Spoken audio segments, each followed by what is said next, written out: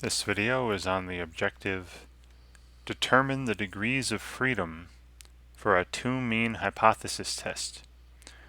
And this is when the population variances are assumed unequal.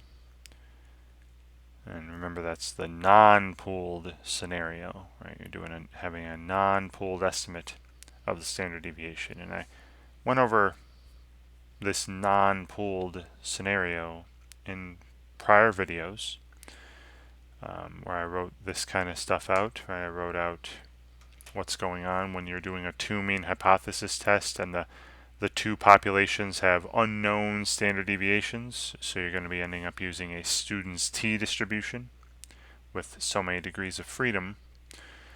And if you're assuming the population standard deviations are unequal, and that's that non-pooled scenario. And I went over all how the samples are taken from the populations. You have sample means, sample standard deviations, and so on.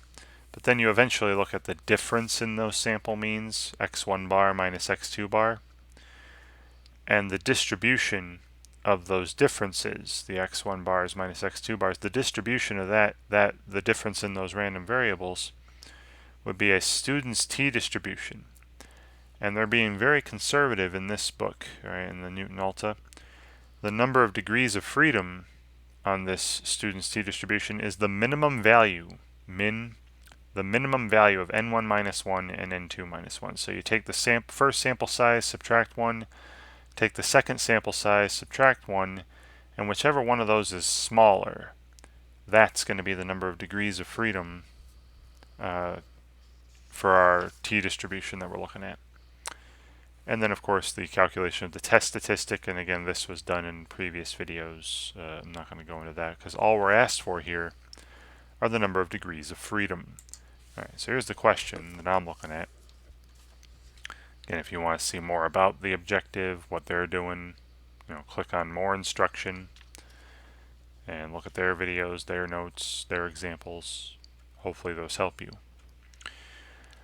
Alright, so Barton could take either the bus or the subway to work.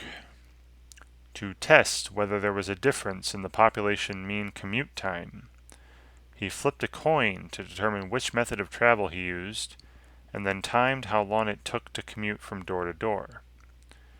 Over 2 months, he commuted by bus 38 times and by subway 43 times. The sample mean times were 32 minutes by bus, 23 minutes by subway. The sample standard deviation of the times were 18 minutes for the bus and 8 minutes for the subway.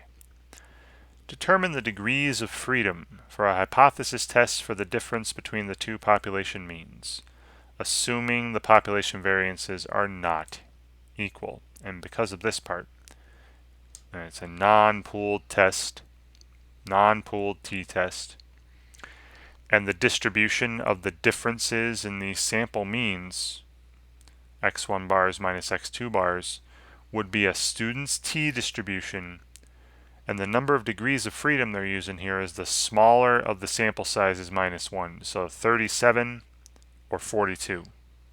And the smaller of these two is 37. So the number of degrees of freedom for the t-distribution we'll be using is 37. And that is all we're asked to do for these particular questions.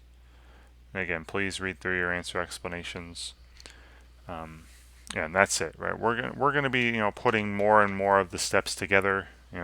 Finding the degrees of freedom, finding the test statistic, finding critical values or p-value, and then making a decision: do I reject the null hypothesis or not?